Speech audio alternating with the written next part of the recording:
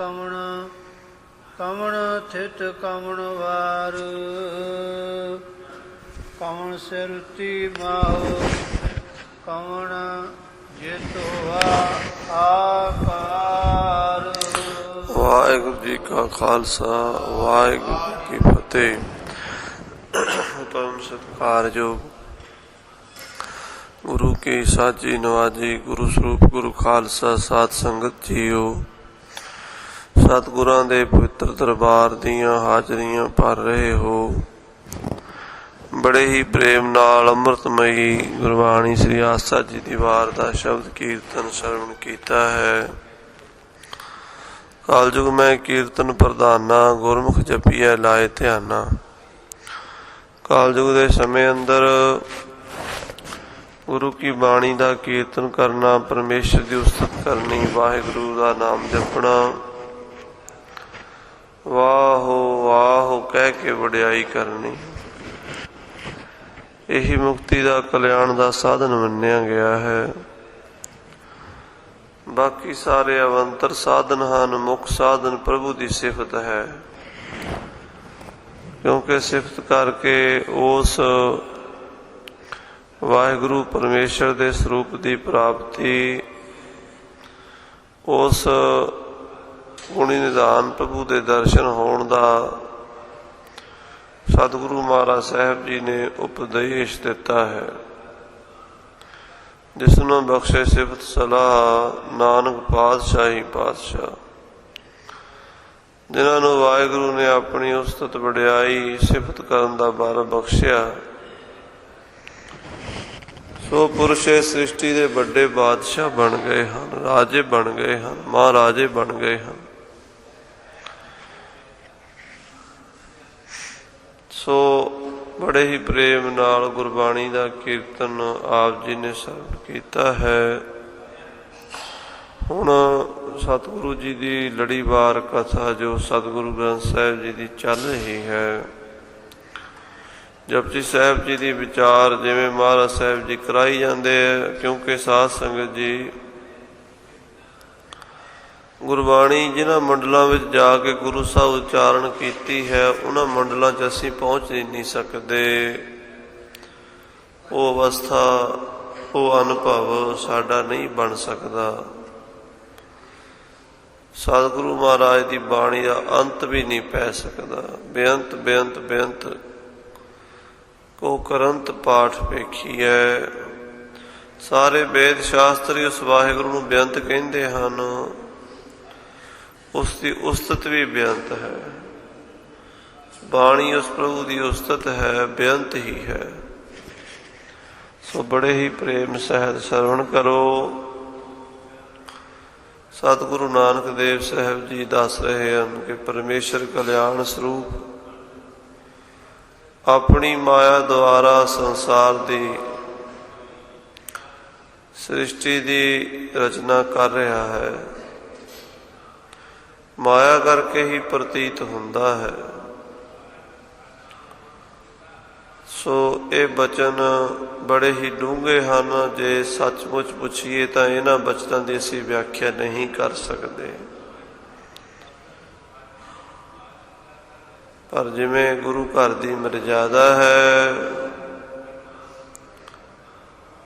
ਉਸ ਮਰਜ਼ਾਦਾ ਮੁਤਾਬਕ ਕਥਾ ਦਾ ਆਨੰਦ ਮਾਣੋ। ਪਿਆਰ ਨਾਲ ਆਖੋ ਸਤਿਨਾਮ ਸ੍ਰੀ ਵਾਹਿਗੁਰੂ ਸਾਹਿਬ ਜੀ। ਸਾਸਤ ਆਥ ਬਾਣੀ ਬਰਮਾਓ। ਸਵਸਤ ਕਹੀਏ ਕਲਿਆਣ ਸਰੂਪ ਵਾਹਿਗੁਰੂ ਆਪਣੀ ਮਾਇਆ ਦੇ ਦੁਆਰਾ, ਆਪਣੀ ਬਾਣੀ ਦੇ ਦੁਆਰਾ, ਆਪਣੀ ਬ੍ਰਹਮ ਵਿਚਾਰ ਦੇ ਦੁਆਰਾ ਜਾਣਿਆ ਜਾਂਦਾ ਹੈ। ਉਸ ਦਾ ਹੋਰ ਕਿਸੇ ਤਰੀਕੇ ਨਾਲ ਪਤਾ ਨਹੀਂ ਲੱਗਦਾ। ਬਾਣੀ ਦੁਆਰਾ ਹੀ ਉਸ ਦਾ ਗਿਆਨ, ਸ਼ਬਦ ਦੁਆਰਾ ਹੀ ਉਸ ਦਾ ਗਿਆਨ ਮੰਨਿਆ ਗਿਆ ਹੈ। ਧੁਨੀ ਰੂਪ ਹੋ ਕੇ ਪਰਮੇਸ਼ਰ ਪ੍ਰਗਟ ਹੋਇਆ। ਏਕਾ ਕੀਤਾ ਬਸਾਓ ਏਕੋ ਕਵਾਓ। ਉਸ ਸ਼ਬਦ ਤੋਂ ਇਸ ਸ੍ਰਿਸ਼ਟੀ ਦੀ ਉਤਪਤੀ ਸਾਰੇ ਦਰਸ਼ਨ ਸ਼ਾਸਤਰਾਂ ਨੇ ਮੰਨੀ ਹੈ। ਇੱਕ ਓੰਕਾਰ ਦਾ ਪਸਾਰਾ ਹੈ। ਬਾਣੀ ਬਰਮਾਓ, ਬ੍ਰਹਮ ਦੀ ਬਾਣੀ, ਬ੍ਰਹਮਾ ਦੁਆਰਾ ਵੇਦਾਂ ਦੀ ਰਚਨਾ ਹੋਈ ਹੈ। ਬ੍ਰਹਮਾ ਵੀ ਉਸ ਈਸ਼ਵਰ ਦੀ ਇੱਕ ਸ਼ਕਤੀ ਹੈ। ਈਸ਼ਵਰ ਦੀ ਮਾਇਆ ਤ੍ਰੈਗੁਣੀ ਮਾਇਆ ਹੈ। ਜਿਹੜਾ ਰਜੋਗੁਣ ਮਾਇਆ ਹੈ ਉਹਦੇ ਵਿੱਚੋਂ ਬ੍ਰਹਮਾ ਦੀ ਉਤਪਤੀ ਹੁੰਦੀ ਹੈ। ਸ੍ਰਿਸ਼ਟੀ ਦੇ ਅੰਦਰ ਗਿਆਨ ਦੇਣੇ ਵਾਸਤੇ ਵੇਦਾਂ ਦੀ ਰਚਨਾ ਹੁੰਦੀ ਹੈ। ਵੇਦਾਂ ਤੋਂ ਫਿਰ ਉਸ ਬ੍ਰਹਮ ਦਾ ਵਿਚਾਰ ਸ਼ੁਰੂ ਹੁੰਦਾ ਹੈ। ਉਪਨਿਸ਼ਦਾਂ ਤੋਂ। ਵੇਦਾਂ ਦੇ ਵੀ 3 ਭਾਗ ਮੁੱਖ ਮੰਨੇ ਗਏ ਹਨ: ਕਰਮ ਕਾਂਡ, ਉਪਾਸਨਾ ਕਾਂਡ ਔਰ ਗਿਆਨ ਕਾਂਡ। ਗਿਆਨ ਕਾਂਡ ਉਪਨਿਸ਼ਦਾਂ ਵਿੱਚ ਹੈ, ਜਿੱਥੇ ਜੀਵ ਬ੍ਰਹਮ ਦੀ ਵਿਚਾਰ ਵੀ ਬ੍ਰਹਮ ਜੋਤ ਕਿਸ ਤਰ੍ਹਾਂ ਸਾਰਿਆਂ ਦੇ ਵਿੱਚ ਇੱਕੋ ਹੀ ਵਰਤ ਰਹੀ ਹੈ, ਇਹ ਦੱਸਿਆ ਗਿਆ ਹੈ। ਉਸਨੂੰ ਗਿਆਨ ਕਾਂਡ ਕਹਿੰਦੇ ਹਨ। ਮਹਾਰਾਜ ਕਹਿੰਦੇ ਨੇ ਇਹ ਵੀ ਉਸ ਵਾਹਿਗੁਰੂ ਪਰਮੇਸ਼ਰ ਦੀ ਆਪਣੀ ਹੀ ਮਾਇਆ ਹੈ। ਪੜੋ ਅੱਗੇ। ਸਤ ਸੁਹਾਨ ਸਦਾ ਮਨ ਚਾਓ। ਕਹਿੰਦੇ ਸਤ ਸੁਹਾਨ ਸਦਾ ਮਨ ਚਾਓ। ਵਾਹਿਗੁਰੂ ਸਤ ਸਰੂਪ ਹੈ। ਸਤ ਦਾ ਮਤਲਬ ਹੁੰਦਾ ਵੀ ਜਿਹੜਾ ਤ੍ਰਈ ਕਾਲ ਆਬਾਦ ਹੋਵੇ, ਜਿਹਦਾ ਕਿਸੇ ਸਮੇਂ ਬਾਅਦ ਨਾ ਹੋ ਸਕੇ, ਨਾਸ ਨਾ ਹੋ ਸਕੇ, ਜਿਸ ਦਾ ਕਦੀ ਵੀ ਕਾਲ ਨਾ ਹੋ ਸਕੇ, ਉਹਨੂੰ ਸਤ ਕਹਿੰਦੇ ਹਨ। ਸਤ ਦੇ ਵਿਪਰੀਤ ਝੂਠ ਹੁੰਦਾ ਹੈ। ਝੂਠ ਦੇ ਵਿਪਰੀਤ ਸਤ ਹੁੰਦਾ ਹੈ। ਝੂਠ ਦੀ ਹੋਂਦ, ਝੂਠ ਦਾ ਅਸਤਿਤਵ ਕਦੀ ਵੀ ਨਹੀਂ ਹੁੰਦਾ। ਪਹਿਲੇ ਵੀ ਕੋਈ ਨਹੀਂ ਹੁੰਦਾ, ਬਾਅਦ 'ਚ ਵੀ ਕੋਈ ਨਹੀਂ ਹੁੰਦਾ। ਵਿਚਕਾਰਲੇ ਸਮੇਂ 'ਚ ਥੋੜ੍ਹੇ ਜਿਹੇ ਸਮੇਂ ਲਈ ਝੂਠ ਦੀ ਚਮਕ ਪੈਂਦੀ ਹੈ, ਲਿਸ਼ਕ ਪੈਂਦੀ ਹੈ।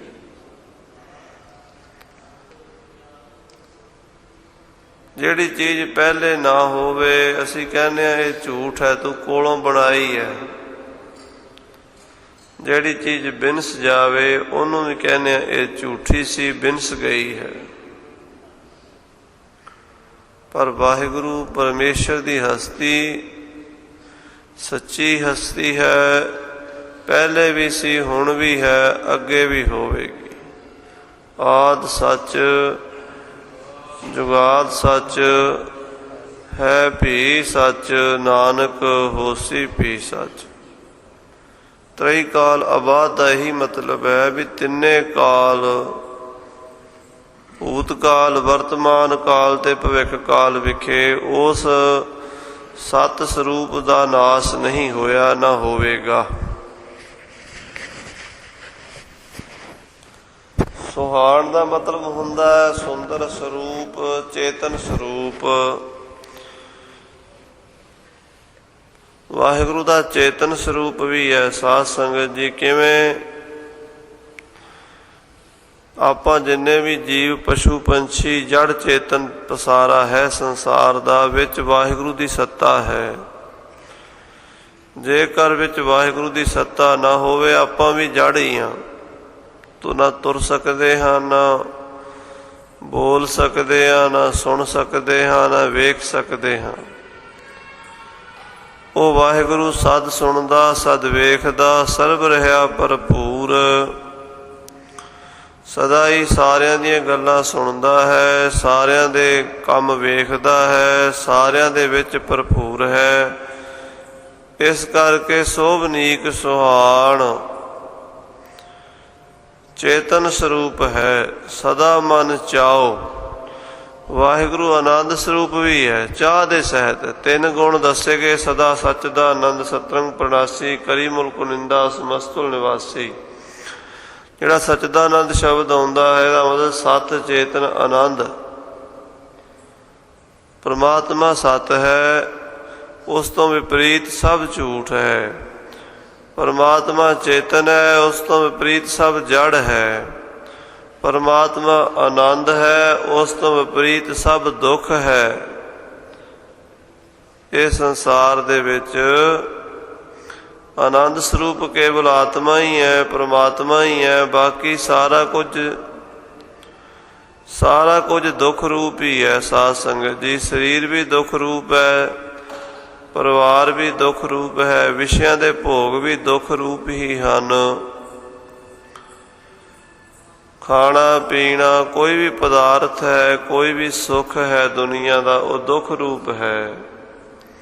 ਇੱਕ ਵਾਹਿਗੁਰੂ ਦੀ ਹਸਤੀ ਸਦਾ ਸੁਖ ਰੂਪ ਹੈ। ਸਤ ਸੁਹਾਣ ਸਦਾ ਮਨ ਚਾਓ, ਸਦਾ ਹੀ ਆਨੰਦ ਸਰੂਪ ਵਾਹਿਗੁਰੂ ਪਰਮੇਸ਼ਰ ਸਤਿਗੁਰੂ ਨਾਨਕ ਦੇਵ ਜੀ ਸਿੱਧਾਂ ਨੂੰ ਦੱਸਦੇ ਹਨ।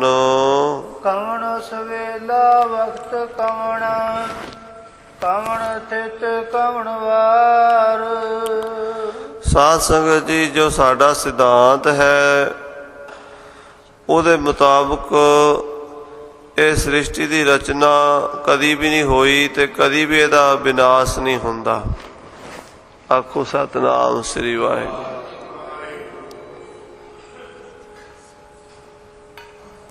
ਇਹ ਅਸਲ ਵਿੱਚ ਪਰਿਣਾਮਵਾਦੀ ਨਹੀਂ ਹੈ, ਵਿਵਰਤਵਾਦੀ ਹੈ। ਪਰਿਣਾਮ ਕਹਿੰਦੇ ਹਨ ਦੁੱਧ ਦਾ ਦਹੀਂ ਬਣ ਜਾਣਾ, ਦਹੀਂ ਦਾ ਮੱਖਣ ਬਣ ਜਾਣਾ, ਤੇ ਮੱਖਣ ਦਾ ਘਿਓ ਬਣ ਜਾਣਾ, ਤੇ ਘਿਓ ਦੇ ਪਦਾਰਥ ਬਣ ਜਾਣੇ। ਉਸ ਨੂੰ ਪਰਿਣਾਮਵਾਦ ਕਹਿੰਦੇ ਹਨ। ਵਸਤੂ ਦਾ ਰੂਪ ਬਦਲ ਜਾਵੇ, ਉਸ ਨੂੰ ਪਰਿਣਾਮਵਾਦ ਕਹਿੰਦੇ ਹਨ। ਜੇ ਇੱਦਾਂ ਆਖੀਏ ਵੀ ਪਰਮਾਤਮਾ ਦੇ ਰੂਪ ਤੋਂ ਜਗਤ ਬਣਿਆ ਹੈ ਤਾਂ ਫਿਰ ਪਰਮਾਤਮਾ ਤਾਂ ਨਾ ਰਿਹਾ, ਕਿਉਂਕਿ ਜਦੋਂ ਦੁੱਧ ਦਾ ਦਹੀਂ ਬਣਦਾ ਹੈ ਤਾਂ ਦੁੱਧ ਨਹੀਂ ਰਹਿੰਦਾ, ਦਹੀਂ ਹੋ ਜਾਂਦਾ ਹੈ। ਜਦੋਂ ਦਹੀਂ ਦਾ ਮੱਖਣ ਬਣਦਾ ਹੈ ਤਾਂ ਫਿਰ ਪਿੱਛੇ ਦਹੀਂ ਨਹੀਂ ਰਹਿੰਦਾ, ਮੱਖਣ ਤੇ ਲੱਸੀ ਰੂਪ ਬਦਲ ਜਾਂਦਾ ਹੈ। ਜਦੋਂ ਮੱਖਣ ਦਾ ਘਿਓ ਬਣਦਾ ਹੈ ਫਿਰ ਮੱਖਣ ਨਹੀਂ ਰਹਿੰਦਾ। ਜਦੋਂ ਘਿਓ ਦਾ ਕੋਈ ਪਦਾਰਥ ਬਣਦਾ ਫਿਰ ਘਿਓ ਨਹੀਂ ਰਹਿੰਦਾ, ਰੂਪ ਬਦਲ ਜਾਂਦਾ ਹੈ। ਇਸ ਤਰ੍ਹਾਂ ਜੇ ਆਪਾਂ ਕਹੀਏ ਵੀ ਜਗਤ ਪਰਮੇਸ਼ਰ ਤੋਂ ਬਣਿਆ ਹੈ ਤਾਂ ਫਿਰ ਕੀ ਹੋਏਗਾ? ਫਿਰ ਪਰਮੇਸ਼ਰ ਕਿੱਥੇ ਗਿਆ? ਉਹ ਤਾਂ ਖਤਮ ਹੋ ਗਿਆ। ਤਾਂ ਗੁਰੂ ਨਾਨਕ ਸਾਹਿਬ ਜੀ ਦਾ ਇਹ ਸਿਧਾਂਤ ਹੈ ਵੀ ਕੁਛ ਵੀ ਬਣਿਆ ਨਹੀਂ, ਕੁਛ ਵੀ ਟਿਆ ਨਹੀਂ। ਆਖੋ ਸਤਿਨਾਮ ਸ੍ਰੀ ਵਾਹਿਗੁਰੂ। ਅਸਲ ਵਿੱਚ ਅਗਿਆਨ ਹੀ ਸਭ ਕੁਛ ਹੈ। ਅਗਿਆਨ, ਹਨੇਰਾ। ਵਸਤੂ ਹੋਰ ਹੈ, ਭਾਸਤੀ ਹੋਰ ਹੈ। ਇਹ ਅਗਿਆਨ ਵੀ ਉਸ ਬ੍ਰਹਮ ਦੇ ਅੰਦਰ ਹੈ। ਭਾਈ ਸਾਹਿਬ ਸੰਤੋਖ ਸਿੰਘ ਜੀ ਲਿਖਦੇ ਨੇ, ਬਿਨ ਆਕਾਰ ਬਿਨ ਜਨਮ ਅਨਾਦਿ, ਰਹਿ ਇੱਕ ਦੇਸ਼ ਬ੍ਰਹਮ ਕੇ ਮਾਹੇ,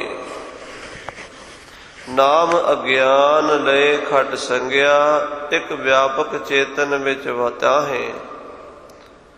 ਬਿਨਾ ਆਕਾਰ ਵਾਲਾ, ਬਿਨਾ ਜਨਮ ਵਾਲਾ, ਬਿਨਾ ਆਦ ਵਾਲਾ, ਬਿਨ ਆਕਾਰ ਬਿਨ ਜਨਮ ਅਨਾਦਿ, ਰਹਿ ਇੱਕ ਦੇਸ਼ ਬ੍ਰਹਮ ਦੇ ਇੱਕ ਹਿੱਸੇ ਵਿੱਚ ਵਿਆਪਕ ਹੈ। ਕੀ ਨਾਮ ਹੈ ਉਸਦਾ? ਉਸਨੂੰ ਅਗਿਆਨ ਕਹਿੰਦੇ ਹਨ।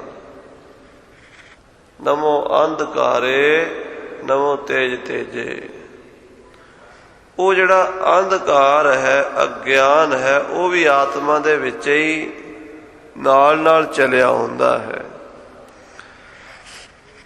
ਉਹਦੇ ਕਾਰਨ ਵਸਤੂ ਹੋਰ ਦੀ ਹੋਰ ਦਿਸਦੀ ਹੈ। ਜਿਵੇਂ ਸਵੇਰੇ 5 ਵਜੇ ਨਾ ਤਾਂ ਬਹੁਤਾ ਹਨੇਰਾ ਹੋਵੇ ਤੇ ਨਾ ਬਹੁਤਾ ਚਾਨਣਾ ਹੋਵੇ, ਘੁੱਸ ਮੁਸਲਾ ਕਹਿੰਦੇ ਆਪਾਂ। ਤੇ ਘੁੱਸ ਮੁਸਲੇ 'ਚ ਰੱਸੀ ਪਈ ਹੋਈ ਸੱਪ ਦਿਸਦੀ ਹੈ, ਰੱਸੀ ਸੱਪ ਨਹੀਂ, ਰੱਸੀ 'ਚ ਸੱਪ ਨਹੀਂ। ਆਖੋ ਸਤਿਨਾਮ ਸ੍ਰੀ ਵਾਹਿਗੁਰੂ। ਰੱਸੀ ਸੱਪ ਨਹੀਂ, ਰੱਸੀ ਦੇ ਵਿੱਚ ਵੀ ਸੱਪ ਨਹੀਂ, ਪਰ ਦਿਸਦੀ ਹੈ। ਕਿੱਥੇ ਹੈ ਫਿਰ?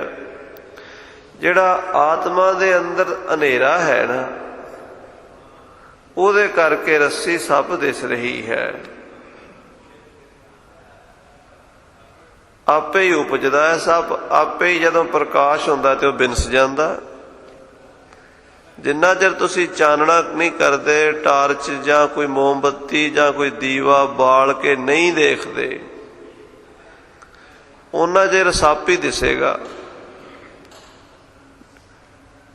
ਜਦੋਂ ਚਾਨਣ ਹੋ ਜਾਏਗਾ ਤੇ ਵਸਤੂ ਸਾਹਮਣੇ ਆ ਜਾਏਗੀ, ਰੱਸੀ ਹੈ, ਖਤਰਾ ਵੀ ਟਲ ਗਿਆ, ਡਰ ਵੀ ਗਿਆ, ਸਭ ਕੁਛ ਖਤਮ, ਪਤਾ ਲੱਗ ਗਿਆ ਤੇ ਰੱਸੀ ਹੈ। ਸੋ ਵਸਤੂ ਹੋਰ ਹੈ, ਦਿਸਦੀ ਹੋਰ ਹੈ। ਅਸਲ ਵਿੱਚ ਬ੍ਰਹਮ ਦਾ ਹੀ ਪਸਾਰਾ ਹੈ, ਦਿਸਦਾ ਜਗਤ ਹੈ।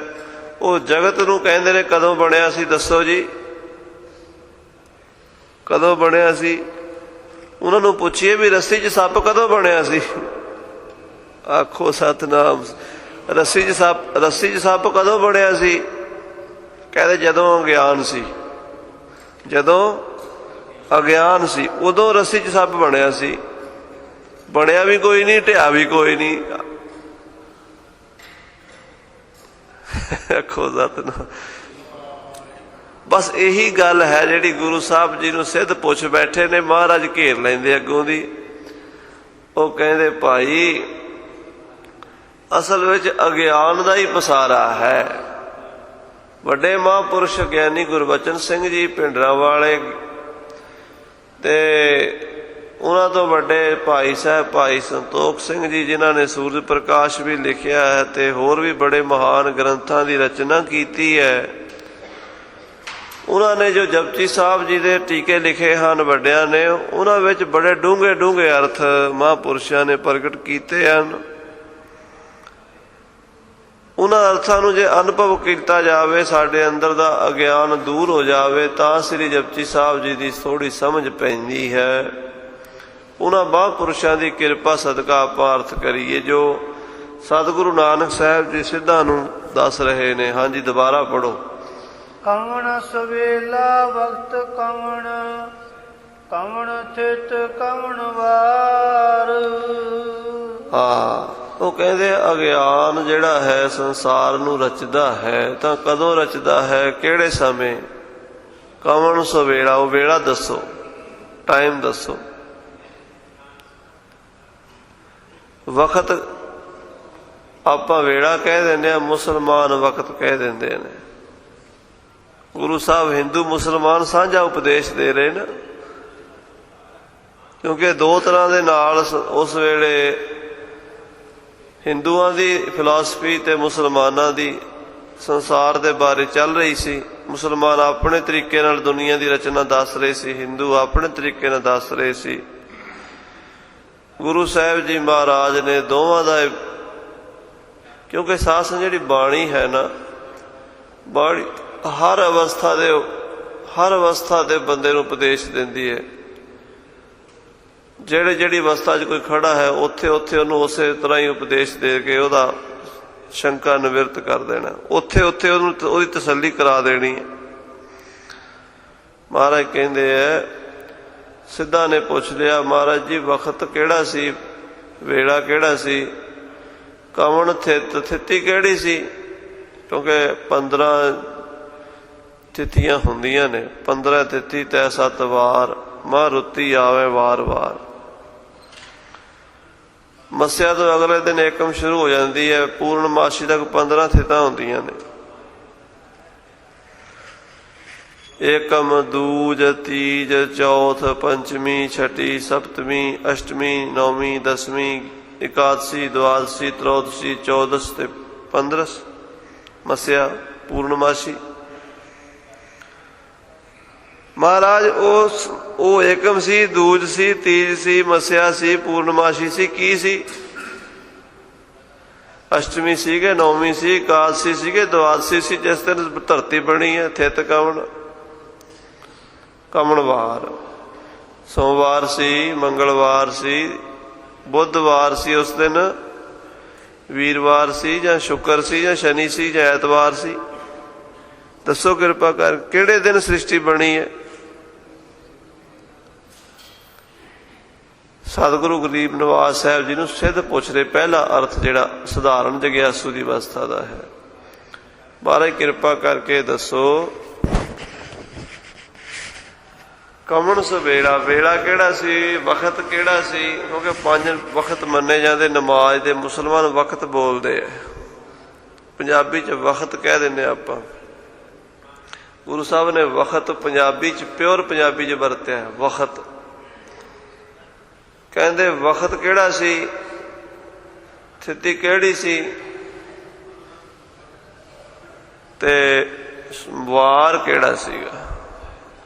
ਇਹ ਸਿੱਧ ਪੁੱਛਦੇ ਸਤਿਗੁਰੂ ਜੀ ਤੋਂ। ਹਾਂਜੀ, ਕਵਣ ਸੇ ਰੁੱਤੀ ਮਾਹੋ ਕਵਣ ਜਿਤ ਹੋਆ ਆਕਾਰ। ਰੁੱਤ ਕਿਹੜੀ ਸੀ? ਸਾਧ ਸੰਗੀ ਸਾਲ 6 ਰੁੱਤਾਂ ਹੁੰਦੀਆਂ ਨੇ। ਜਿਵੇਂ ਚੇਤਰ ਤੇ ਵਿਸਾਖ ਦੀ ਬਸੰਤ ਰੁੱਤ ਮੰਨੀ ਗਈ ਹੈ,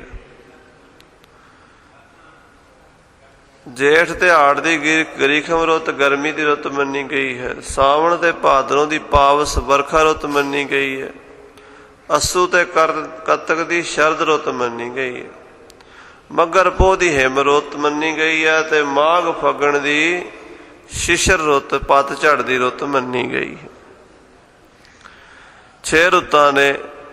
ਸਿੱਧ ਪੁੱਛਦੇ ਮਹਾਰਾਜ ਰੁੱਤ ਕਿਹੜੀ ਸੀ ਜਦੋਂ ਸੰਸਾਰ ਬਣਿਆ? ਗਰਮੀ ਦੀ ਰੁੱਤ ਸੀ ਜਾਂ ਸਰਦੀ ਸੀ ਜਾਂ ਬਰਖਾ ਰੁੱਤ ਸੀ ਜਾਂ ਬਸੰਤ ਰੁੱਤ ਸੀ? ਕਿਹੜੀ ਰੁੱਤ ਸੀ? ਕਿਰਪਾ ਕਰਕੇ ਦੱਸੋ। ਮਾਹ ਕਵਣ 12 ਮਹੀਨੇ ਹੁੰਦੇ ਨੇ, 12 ਮਹੀਨਿਆਂ 'ਚੋਂ ਕਿਹੜਾ ਮਹੀਨਾ ਸੀ? ਚੇਤਰ ਸੀ, ਵਿਸਾਖ ਸੀ, ਜੇਠ ਹਾੜ ਸੀ ਜਾਂ ਸਾਵਣ ਭਾਦਰੋਂ ਸੀ? ਮਹਾਰਾਜ ਕਿਰਪਾ ਕਰਕੇ ਦੱਸੋ। ਜਿਤ ਹੋਆ ਆਕਾਰ, ਜਿਸ ਸਮੇਂ ਇਹ ਸ੍ਰਿਸ਼ਟੀ ਦੀ ਰਚਨਾ ਹੋਈ, ਆਕਾਰ ਹੋਇਆ, ਬਣਿਆ ਕੋਈ ਸਮਾਂ? ਇਹ ਤਾਂ ਜਗਿਆਸੂ ਦੀ ਅਵਸਥਾ ਦਾ ਸਵਾਲ ਹੈ ਨਾ। ਤੇ ਸਾਧ ਸੰਗਤ ਜੀ, ਜਿਹੜਾ ਮਹਾਰਾਜ ਆਪ ਉਲਟਾ ਸਵਾਲ ਉਹਨਾਂ ਲੋਕਾਂ ਤੇ, ਅਗਿਆਨੀ ਲੋਕਾਂ ਦੇ ਕਰਕੇ ਗਿਆਨ ਦੇਣਾ ਚਾਹੁੰਦੇ ਆ, ਉਹ ਇਹ ਹੈ ਆਕਾਰ ਨਾਮ ਅਗਿਆਨ ਦਾ ਹੀ ਹੈ। ਵੱਡਿਆਂ ਮਹਾਂਪੁਰਸ਼ਾਂ ਨੇ ਆਕਾਰ ਦਾ ਅਰਥ ਅਗਿਆਨ ਕੀਤਾ ਹੈ। ਕਹਿੰਦੇ ਅਗਿਆਨ ਕਦੋਂ ਹੋਇਆ ਸੀ? ਕਹਿੰਦੇ ਅਗਿਆਨ ਕਦੀ ਹੋਇਆ ਨਹੀਂ, ਇਹ ਤੇ ਅਨਾਦਿ ਹੈ। ਬਿਨ ਆਕਾਰ ਬਿਨ ਜਨਮ ਅਨਾਦਿ ਰਹਿ ਇੱਕ ਦੇਸ਼ ਬ੍ਰਹਮ ਕੇ ਮਾਹੇ। ਕਹਿੰਦੇ ਬਿਨਾਂ ਆਕਾਰ ਦੇ, ਬਿਨਾਂ ਜਨਮ ਦੇ ਅਨਾਦਿ ਹੀ ਬ੍ਰਹਮ ਦੇ ਅੰਦਰ ਅਗਿਆਨ ਰਹਿੰਦਾ ਹੈ, ਕੁਦਰਤਨ ਉਹਦਾ ਗੁਣ ਹੈ। ਕਹਿੰਦੇ ਅੰਤ ਹੋ ਜਾਂਦਾ ਇਹਦਾ। ਅੰਤ ਕਦੋਂ ਹੁੰਦਾ? ਜਦੋਂ ਗੁਰੂ ਦੀ ਕਿਰਪਾ ਹੁੰਦੀ ਹੈ। ਗੁਰ ਕਿਰਪਾ ਜੇ ਨਰ ਕੋ ਕੀਨੀ, ਤੇ ਇਹ ਜੁਗਤ ਪਛਾਨੀ, ਨਾਨਕ ਲੀਨ ਭਇਓ ਗੋਬਿੰਦ ਸਿਉ ਜਿਉ ਪਾਨੀ ਸੰਗ ਪਾਨ। ਅਗਿਆਨ ਅੰਤ ਵਾਲਾ ਤਾਂ ਹੈ, ਪਰ ਆਦ ਵਾਲਾ ਨਹੀਂ ਹੈ, ਹੈ ਅਨਾਦਿ ਹੈ। ਇਸ ਕਰਕੇ ਸਾਹਿਬ ਜੀ ਕਹਿੰਦੇ ਹੈ, ਉਹ ਦੱਸੋ ਬਈ ਆਕਾਰ ਕਦੋਂ ਹੋਇਆ ਸੀ, ਅਗਿਆਨ ਕਦੋਂ ਹੋਇਆ ਸੀ ਜੀਵ ਨੂੰ? ਉਹ ਕਹਿੰਦੇ ਅਨਾਦਿ ਕਾਲ ਤੋਂ ਹੀ ਚੱਲਿਆ ਆਉਂਦਾ ਹੈ। ਹਾਂਜੀ, ਵੇਲਣਾ ਪਾਇਆ ਪੰਡਤੀ, ਹਾਂਜੀ, ਜੇ ਹੋਵੇ ਲੇਖ ਪੁਰਾਣ।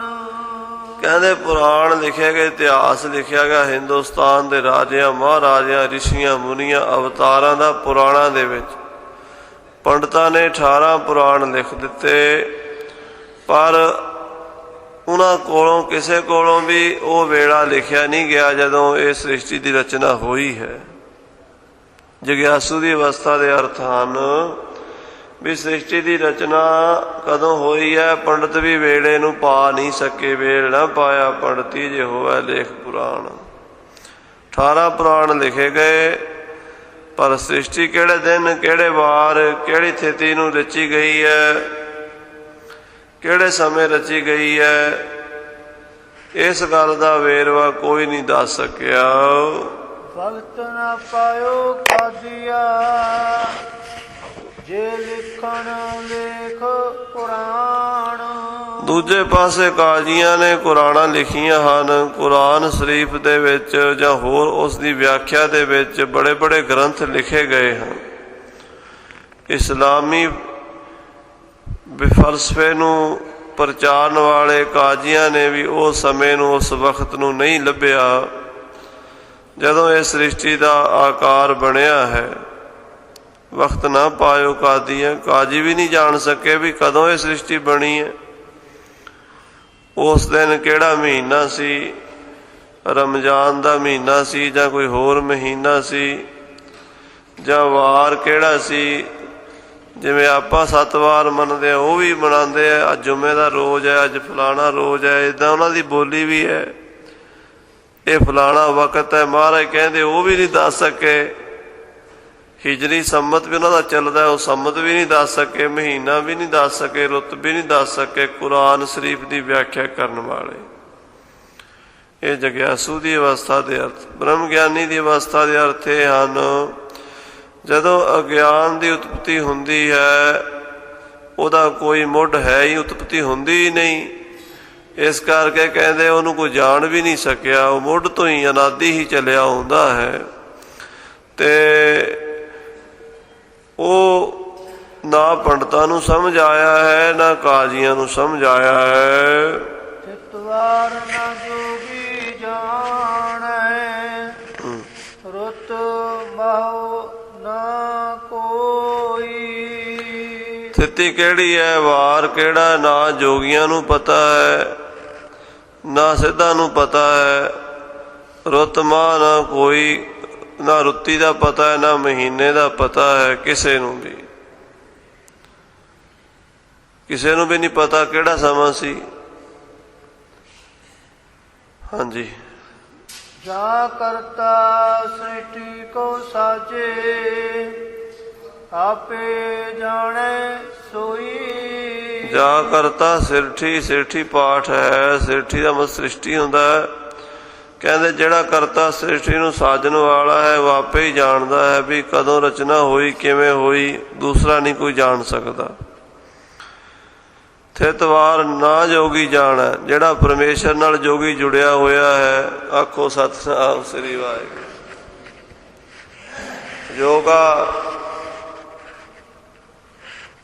ਯੋਗਾ ਦਾ ਅਰਥ ਹੈ ਜੁੜਿਆ ਹੋਇਆ, ਜੁੜਨਾ। ਯੋਗ ਪਰਮੇਸ਼ਰ ਦੇ ਨਾਲ ਜਿਸ ਦਾ ਧਿਆਨ ਜੁੜਿਆ ਹੋਇਆ, ਇਕਾਗਰਤਾ ਇੱਕਮਿਕ ਹੋ ਚੁੱਕਾ ਹੈ, ਅਭੇਦ ਹੋ ਚੁੱਕਾ ਹੈ। ਐਸਾ ਪਰਮੇਸ਼ਰ ਨਾਲ ਜੁੜਿਆ ਹੋਇਆ ਜੋਗੀ ਥਿੱਤਾਂ ਵਾਰਾਂ ਨੂੰ ਨਹੀਂ ਜਾਣਦਾ। ਆਖੋ ਸਤਿਨਾਮ ਸ੍ਰੀ ਵਾਹਿਗੁਰੂ। ਉਹ ਕਾਲ ਚੱਕਰ 'ਚ ਨਹੀਂ ਆਉਂਦਾ। ਧੰਨ ਗੁਰੂ ਗੋਬਿੰਦ ਸਿੰਘ ਸਾਹਿਬ ਕਲਗੀਧਰ ਪਾਤਸ਼ਾਹ ਮਹਾਰਾਜ ਜੀ ਨੇ ਆਪਣੀ ਬਾਣੀ 'ਚ ਕਾਲ ਪੁਰਖ ਦਾ ਵੀ ਜ਼ਿਕਰ ਕੀਤਾ ਹੈ, ਮਹਾਕਾਲ ਦਾ ਵੀ ਕੀਤਾ ਹੈ ਤੇ ਅਕਾਲ ਪੁਰਖ ਦਾ ਵੀ ਕੀਤਾ ਹੈ। ਕਈ ਲੋਕ ਨਹੀਂ ਸਮਝਦੇ, ਉਹ ਸ਼ੰਕਾ ਕਰ ਜਾਂਦੇ ਆ ਵੀ ਕਾਲ ਪੁਰਖ ਕੀ ਹੈ ਤੇ ਮਹਾਕਾਲ ਕੀ ਹੈ ਤੇ ਅਕਾਲ ਕੀ ਹੈ। ਸਾਧ ਸੰਗਤ ਜੀ, ਕਾਲ ਪੁਰਖ ਉਹ ਹਸਤੀ ਹੈ, ਪਰਮੇਸ਼ਰ ਦਾ ਉਹ ਅੰਸ਼ ਹੈ ਜਿਹੜਾ ਹਿਸਟਰੀ 'ਚ ਆ ਜਾਂਦਾ ਹੈ, ਜਿਸ ਦੀ ਕਹਾਣੀ, ਜਿਹਦਾ ਇਤਿਹਾਸ ਬਣ ਜਾਂਦਾ ਹੈ ਸਾਡੀ ਬੁੱਧੀ ਦੇ ਅੰਦਰ, ਜਿਸ ਦਾ ਅਕਸ਼ ਬਣ ਜਾਂਦਾ ਹੈ ਵੀ ਉਦੋਂ ਤੋਂ ਲੈ ਕੇ ਉਦੋਂ ਤੱਕ। ਸਮੇਂ ਦੀ ਸ਼ੁਰੂਆਤ, ਸਮੇਂ ਦਾ ਮੱਧ, ਸਮੇਂ ਦਾ ਅੰਤ ਅਸੀਂ ਕਰ ਲੈਂਦੇ ਹਾਂ। ਆਦ ਮੱਧ ਅੰਤ ਉਹ ਕਾਲ ਪੁਰਖ ਹੈ। ਜਿਹੜਾ ਉਸ ਕਾਲ ਪੁਰਖ ਨੂੰ ਆਪਣੇ ਵਿੱਚ ਸਮੇਟੀ ਬੈਠਾ ਹੈ ਉਹ ਮਹਾਕਾਲ ਹੈ। ਉਸ ਮਹਾਕਾਲ ਤੋਂ ਉੱਤੇ ਅਕਾਲ ਹੈ ਜੋ ਕਾਲ ਤੋਂ ਵੀ ਪਰੇ ਹੈ, ਮਹਾਕਾਲ ਤੋਂ ਵੀ ਪਰੇ ਹੈ। ਆਖੋ ਸਤਿਨਾਮ ਸ੍ਰੀ ਵਾਹਿਗੁਰੂ। ਉਸ ਗੱਲ ਨੂੰ ਸਮਝਣਾ ਬਿਨਾਂ ਸਤਿਗੁਰੂ ਸਾਹਿਬ ਜੀ ਦੀ ਕਿਰਪਾ ਦੇ ਮੁਮਕਿਨ ਨਹੀਂ ਹੈ। ਜਿਨ੍ਹਾਂ ਨੂੰ ਗੁਰੂ ਦੀ ਕਿਰਪਾ ਹੋਈ ਹੈ, ਜਿਹੜੇ ਜੋਗੀ ਹਨ, ਜੁੜੇ ਹੋਏ ਹਨ ਭਾਵ ਪਰਮੇਸ਼ਰ ਨਾਲ, ਥਿਤਵਾਰ ਨਾ ਜੋਗੀ ਜਾਣਾ, ਉਹ ਇਸ ਕਾਲ ਚੱਕਰ ਨੂੰ ਕੁਛ ਵੀ ਨਹੀਂ ਸਮਝਦੇ। ਉਹਨਾਂ ਵਾਸਤੇ ਸਤਿਯੁਗ, ਤ੍ਰੇਤਾ, ਦੁਆਪਰ, ਕਲਯੁਗ ਨਹੀਂ ਹਨ। ਇਹ ਤਾਂ ਸਮੇਂ ਦੀ ਵੰਡ ਸਾਡੇ ਤੁਹਾਡੇ ਵਾਸਤੇ ਹੈ। ਜਦੋਂ ਕਾਲ ਦੀ ਫਿਲਾਸਫੀ ਦੇ ਗ੍ਰੰਥ ਪੜ੍ਹੀਦੇ ਹਨ ਤਾਂ ਉੱਥੇ ਜਾ ਕੇ ਬੜੀ ਹੈਰਾਨੀ ਹੋ ਜਾਂਦੀ ਹੈ। ਉਹ ਕਹਿੰਦੇ ਤੁਸੀਂ ਭੂਤ ਕਾਲ ਕਿਸ ਨੂੰ ਕਹਿੰਦੇ ਹੋ, ਭਵਿੱਖ ਕਾਲ ਕਿਸ ਨੂੰ ਕਹਿੰਦੇ ਹੋ, ਵਰਤਮਾਨ ਕਾਲ ਕਿਸ ਨੂੰ ਕਹਿੰਦੇ ਹੋ। ਜਿਸ ਨੂੰ ਆਪਾਂ ਵਰਤਮਾਨ ਕਹਿੰਦੇ ਆ ਉਹ ਤਾਂ ਸਾਡੇ ਹੱਥ 'ਚ ਆਉਂਦਾ ਹੀ ਨਹੀਂ, ਸੱਚ ਪੁੱਛੋ ਤਾਂ। ਕਿਉਂਕਿ ਜਦੋਂ ਅਸੀਂ ਵਰਤਮਾਨ ਕਹਿਣ ਲੱਗਦੇ ਹਾਂ, ਵਰਤਮਾਨ ਕਹਿੰਦਿਆਂ ਕਹਿੰਦਿਆਂ ਵਰਤਮਾਨ ਲੰਘ ਚੁੱਕਾ ਹੁੰਦਾ ਹੈ ਤੇ ਫਿਰ ਅੱਗੇ ਭਵਿੱਖ ਬਣ ਜਾਂਦਾ ਹੈ, ਅੱਗੇ ਚਲਾ ਜਾਂਦਾ ਹੈ। ਉਹ ਜਿਹੜਾ ਵਰਤਮਾਨ ਹੈ ਨਾਲ ਦੀ ਨਾਲ ਭੂਤ ਬਣ ਜਾਂਦਾ ਹੈ। ਇੱਕ ਸਕਿੰਟ ਵੀ ਜਿਹੜਾ ਹੈ ਨਾ, ਘੜੀ ਦੀ ਸੂਈ ਇੱਕ ਸਕਿੰਟ ਤੇ ਆਈ ਹੈ, ਜਦੋਂ ਉਹਦਾ ਨਾਂ ਲਓਗੇ ਉਹ ਦੂਜੇ ਜਗ੍ਹਾ ਤੇ ਪਹੁੰਚ ਜਾਣੀ ਹੈ, ਉਹ ਪਿਛਲੀ ਗਈ। ਇਸ ਲਈ ਵਰਤਮਾਨ ਕਿਹਨੂੰ ਕਹੋਗੇ, ਕਿਵੇਂ ਪਕੜੋਗੇ? ਕਾਲ ਪਕੜਿਆ ਨਹੀਂ ਜਾਂਦਾ। ਆਖੋ ਸਤਿਨਾਮ ਸ੍ਰੀ ਵਾਹਿਗੁਰੂ। ਇਸੇ ਕਰਕੇ ਤਾਂ ਸਤਿਗੁਰੂ ਕਹਿੰਦੇ ਕਾਲ ਪਾਏ ਬ੍ਰਹਮਾ ਬਪਤਰਾ, ਕਾਲ ਪਾਏ ਸ਼ਿਵਜੂ ਅਵਤਰਾ, ਕਾਲ ਪਾਏ ਕਰ ਬਿਸ਼ਨ ਪ੍ਰਕਾਸ਼ਾ, ਸਗਲ ਕਾਲ ਕਾ ਕੀਆ ਤਮਾਸਾ। ਇੱਕ ਅਵਸਥਾ ਐਸੀ ਪਹੁੰਚ ਜਾਂਦੀ ਹੈ ਜਿੱਥੇ ਜੁੜਿਆ ਹੋਇਆ ਜੋਗੀ ਜਨ ਇਹਨਾਂ ਚੀਜ਼ਾਂ ਨੂੰ ਤੁੱਛ ਮਾਤਰ ਸਮਝ ਕੇ ਉੱਪਰ ਲੰਘ ਜਾਂਦਾ ਹੈ। ਥਿਤ ਵਾਰ ਨਾ ਜੋਗੀ ਜੋ ਕਹਿੰਦਾ ਇਹਦੀ ਅਹਿਮੀਅਤ ਹੀ ਕੋਈ ਨਹੀਂ ਮੇਰੇ ਵਾਸਤੇ। ਸਦਾ ਦੀਵਾਲੀ ਸਾਧ ਦੀ ਅੱਠੇ ਪੈਰ ਬਸੰਤ ਹੋ ਜਾਂਦੀ ਹੈ। ਫਿਰ ਉਹਦੇ ਵਾਸਤੇ ਸਾਵਣ ਭਾਦਰੋਂ ਕੋਈ ਨਹੀਂ ਹੁੰਦੇ, ਉਹਦੇ ਵਾਸਤੇ ਪੋਹ ਮਾਘ ਨਹੀਂ ਹੁੰਦੇ, ਉਹਦੇ ਵਾਸਤੇ ਗਰਮੀ ਸਰਦੀ ਕੋਈ ਨਹੀਂ ਹੁੰਦੀ। ਜੁੜਿਆ ਜੋ ਹੋਇਆ ਪਰਮੇਸ਼ਰ ਨਾਲ, ਫੁਰਨਾ ਹੀ ਖਤਮ ਹੋ ਗਿਆ। ਜੋਗੀ ਕੌਣ ਹੈ? ਜਿਸ ਦੀ ਨਿਰਵਿਕਲਪ ਸਮਾਧੀ ਲੱਗੀ ਹੋਈ ਹੈ। ਦੋ ਤਰ੍ਹਾਂ ਦੀ ਸਮਾਧੀ ਹੈ, ਸਵਿਕਲਪ ਸਮਾਧੀ, ਨਿਰਵਿਕਲਪ ਸਮਾਧੀ। ਸਵਿਕਲਪ ਸਮਾਧੀ ਹੈ ਜਿੱਥੇ ਮੈਂ ਤੇ ਤੂੰ ਦਾ ਫਰਕ ਰਹਿੰਦਾ ਹੈ, ਜਿੱਥੇ ਭਗਤ ਤੇ ਭਗਵਾਨ ਦੋ ਰਹਿੰਦੇ ਹਨ। ਨਿਰਵਿਕਲਪ ਉਹ ਹੈ ਜਿੱਥੇ ਮੈਂ ਤੂੰ ਮਿਟ ਜਾਂਦੀ ਹੈ। ਤੋਈ ਮੋਈ ਮੋਈ ਤੋਈ ਅੰਤਰ ਕੈਸਾ, ਕਨਕ ਕਟਕ ਜਲ ਤਰੰਗ ਜੈਸਾ। ਖਤਮ ਹੋ ਗਿਆ। ਪਾਣੀ ਔਰ ਪਾਣੀ ਦੀਆਂ ਤਰੰਗਾਂ ਇੱਕੋ ਰੂਪ ਹੋ ਗਈਆਂ। ਸੋਨਾ ਤੇ ਸੋਨੇ ਦੇ ਗਹਿਣੇ ਇੱਕੋ ਰੂਪ ਹੋ ਗਏ। ਉੱਥੇ ਦੂਜਾ ਤਾਂ ਹੈ ਹੀ ਨਹੀਂ ਕੋਈ, ਕਿਹਨੂੰ ਕਹੇਗਾ ਦੂਜਾ? ਮਹਾਰਾਜ ਸਤਿਗੁਰੂ ਨਾਨਕ ਸਾਹਿਬ ਜੀ ਕਹਿੰਦੇ, ਜੋਗੀਓ ਤੁਸੀਂ ਪੁੱਛਦੇ ਹੋ ਵਾਰ ਟਾਈਮ ਕਿਹੜਾ ਸੀ, ਸਾਨੂੰ ਤੇ ਟਾਈਮ ਦਾ ਪਤਾ ਹੀ ਕੋਈ ਨਹੀਂ। ਟਾਈਮ ਹੁੰਦਾ ਕੀ? ਆਖੋ ਸਤਿਨਾਮ ਸ੍ਰੀ ਵਾਹਿਗੁਰੂ। ਤੁਸੀਂ ਟਾਈਮ ਨੂੰ ਰੋਈ ਜਾਂਦੇ ਹੋ, ਟਾਈਮ ਤਾਂ ਹੈ ਹੀ ਕੋਈ ਨਹੀਂ। ਥਿਤ ਵਾਰ ਨਾ ਜੋਗੀ ਜਾਣਾ, ਰੁਤਮਾ ਨਾ ਕੋਈ। ਉਹਦੇ ਵਾਸਤੇ ਬ੍ਰਹਮ ਗਿਆਨੀ ਵਾਸਤੇ ਕੋਈ ਸਮਾਂ ਥਿਤ ਵਾਰ ਨਹੀਂ ਹੈ। ਅਗਲੀ ਪੰਕਤੀ ਫਿਰ ਪੜੋ ਜੀ। ਜਾ ਕਰਤਾ ਜਾ ਕਰਤਾ ਸ੍ਰਿਸ਼ਟੀ ਕੋ ਸਾਜੇ, ਆਪੇ ਜਾਣੈ ਸੋਈ। ਜਿਹੜਾ ਬ੍ਰਹਮ ਗਿਆਨੀ ਹੈ ਉਹ ਇਸ ਸ੍ਰਿਸ਼ਟੀ ਦਾ ਕਰਤਾ ਆਪ ਹੈ। ਬ੍ਰਹਮ ਗਿਆਨੀ ਸਭ ਸ੍ਰਿਸ਼ਟ ਕਾ ਕਰਤਾ। ਆਖੋ ਸਤਿਨਾਮ ਸ੍ਰੀ ਵਾਹਿਗੁਰੂ। ਬ੍ਰਹਮ ਗਿਆਨੀ ਸਭ ਸ੍ਰਿਸ਼ਟ ਕਾ ਕਰਤਾ। ਉਹ ਬ੍ਰਹਮ ਗਿਆਨੀ ਕਿਸੇ ਹੋਰ ਨੂੰ ਕਰਤਾ ਮੰਨਦਾ ਹੀ ਨਹੀਂ। ਉਹ ਆਪੇ ਜਾਣਾ ਸਵੈ ਸਰੂਪ ਦੇ ਵਿੱਚ ਹੀ ਕਿ ਇਸ ਜੋ ਕੁਝ ਵੀ ਹੈ ਇਹ ਮੇਰੇ ਕਰਕੇ ਹੀ ਹੈ, ਮੇਰੇ ਆਤਮ ਸਰੂਪ ਕਰਕੇ ਹੀ ਜਗਤ ਪ੍ਰਤੀਤ ਹੁੰਦਾ ਹੈ।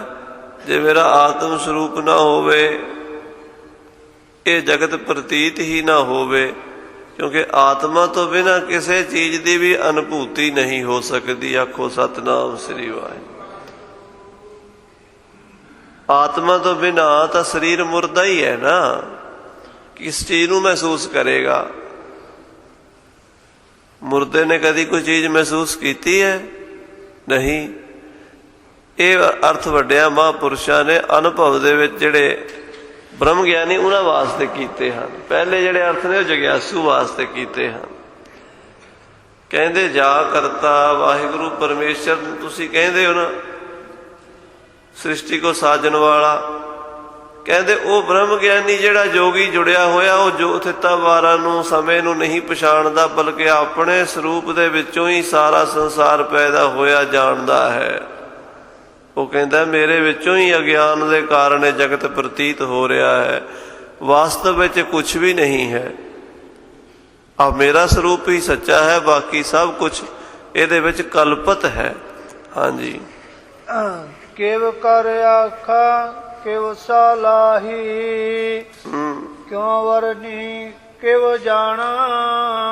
ਕਿਵੇਂ ਆਖਾਂ, ਕਿਵੇਂ ਸਲਾਹਾਂ, ਕਿਵੇਂ ਵਰਣਨ ਕਰਾਂ, ਕਿਵੇਂ ਜਾਣਾ?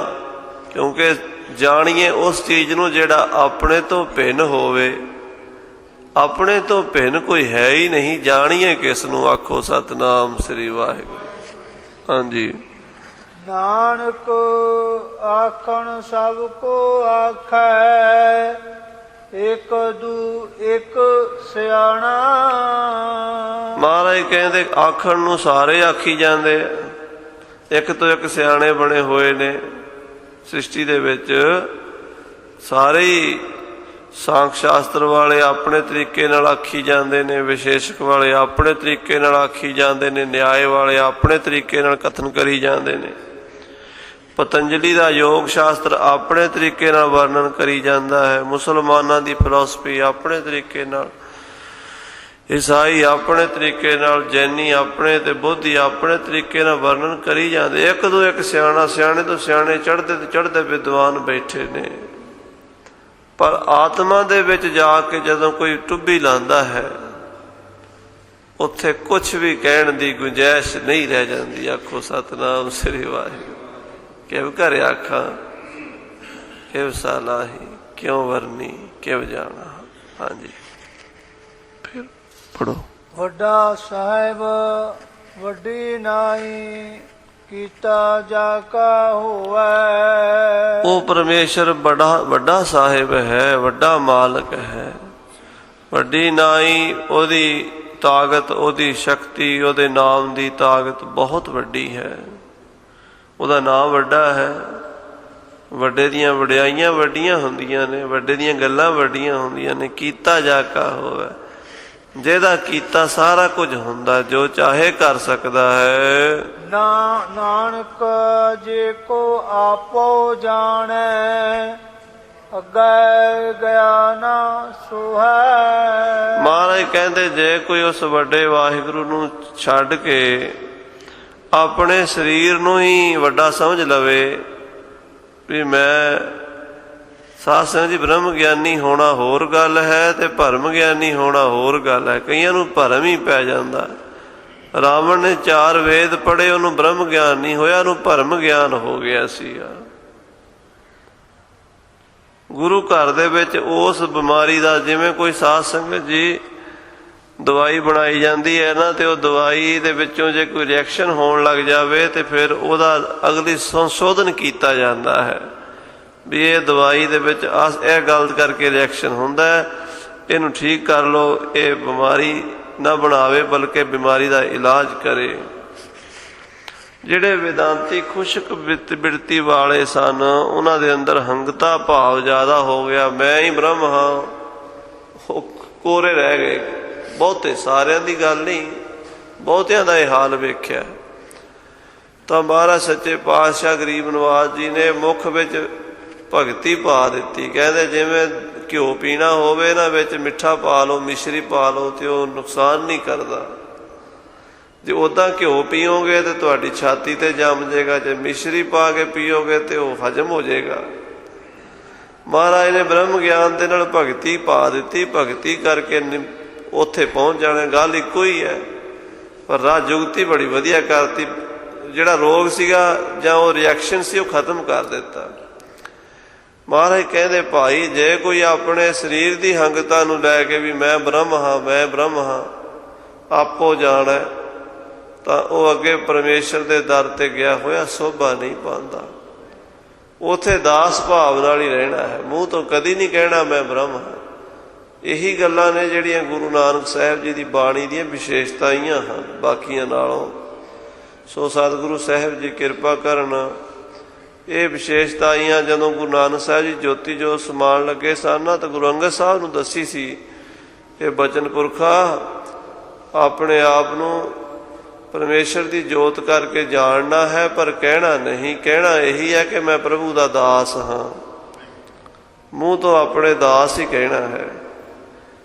ਤੇ ਵਰਤੋਂ ਵੈਰਾਗ ਦੀ ਰੱਖਣੀ ਹੈ। ਹਿਰਦੇ ਗਿਆਨ, ਮੁਖ ਭਗਤੀ, ਵਰਤਣ ਵੈਰਾਗ। ਸੋ ਗੁਰੂ ਸਾਹਿਬ ਸੱਚੇ ਪਾਤਸ਼ਾਹ ਧੰਨ ਗੁਰੂ ਨਾਨਕ ਦੇਵ ਜੀ ਦਾ ਸਿਧਾਂਤ ਸਾਰਿਆਂ ਤੋਂ ਇਸੇ ਕਰਕੇ ਉੱਚਾ ਹੈ। ਸਭ ਤੋਂ ਵੱਡਾ ਸਤਿਗੁਰੂ ਨਾਨਕ ਜਿਨ ਕਲ ਰਾਖੀ ਮੇਰੀ। ਕਲਯੁਗ ਦੇ ਵਿੱਚ ਪਿਛਲੇ ਜਿਹੜੇ ਦਰਸ਼ਨ ਸ਼ਾਸਤਰ ਸਨ, ਉਹ ਪੂਰੀ ਤਰ੍ਹਾਂ ਲੋਕਾਂ ਦਾ ਇਲਾਜ ਨਹੀਂ ਸੀ ਕਰ ਸਕਦੇ।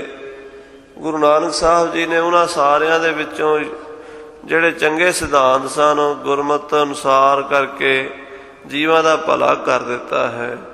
ਸੋ ਭਾਈ ਜਗਤ ਗੁਰੂ ਨਾਨਕ ਦੇਵ ਸਾਹਿਬ ਜੀ ਮਹਾਰਾਜ ਦੀ ਪਾਵਨ ਬਾਣੀ ਦੀ ਵਿਚਾਰ ਤਾਂ ਉਹੀ ਜਾਣਦੇ ਹਨ ਜਿੰਨੀ ਕਿ ਸਤਿਗੁਰੂ ਤੁਛ ਬੁੱਧੀ ਦਿੰਦੇ ਆ, ਵਿਚਾਰ ਕਰ ਲਈਦੀ ਹੈ। ਜਿਵੇਂ ਭਾਈ ਮਨੀ ਸਿੰਘ ਜੀ ਹੋਰਾਂ ਨੇ ਵੀ ਬਚਨ ਲਿਖੇ ਨੇ, ਗੁਰਪ੍ਰਤਾਪ ਸੂਰਜ ਵਿੱਚ ਵੀ ਇਹ ਬਚਨ ਆਉਂਦੇ ਆ ਵੀ ਜੇ ਕੋਈ ਕੀੜੀ ਮਿਸ਼ਰੀ ਦੇ ਪਹਾੜ ਤੇ ਚੜ੍ਹ ਕੇ ਮਿਸ਼ਰੀ ਦੇ ਪਹਾੜ ਦਾ ਅੰਤ ਪਾਣਾ ਚਾਹੇ ਤੇ ਕੀੜੀ ਅੰਤ ਤਾਂ ਨਹੀਂ ਪਾ ਸਕਦੀ, ਪਰ ਆਪਣਾ ਪੇਟ ਭਰਨ ਵਾਸਤੇ ਮਿਸ਼ਰੀ ਖਾ ਕੇ ਪੇਟ ਭਰ ਸਕਦੀ ਹੈ। ਇੱਦਾਂ ਆਪਾਂ ਬਾਣੀ ਦਾ ਅੰਤ ਨਹੀਂ ਪਾ ਸਕਦੇ। ਬਾਣੀ ਦੀ ਵਿਚਾਰ ਕਰਕੇ ਆਪਣੇ ਅੰਤਸ਼ਕਰਨ ਦੇ ਅੰਦਰ ਜਿਹੜੀਆਂ ਭੁੱਖਾਂ ਹਨ ਉਹ ਮਿਟਾ ਸਕਦੇ ਹਾਂ, ਆਪਣੀ ਆਤਮਾ ਦੀ ਭੁੱਖ ਮਿਟਾ ਸਕਦੇ ਹਾਂ। ਇਤਨੀ ਬੇਨਤੀ ਪ੍ਰਵਾਨ ਕਰਨੀ। ਭੁੱਲਾਂ ਚੁੱਕਾਂ ਦੀ ਖਿਮਾ। ਫਤਿਹ ਬੁਲਾਓ।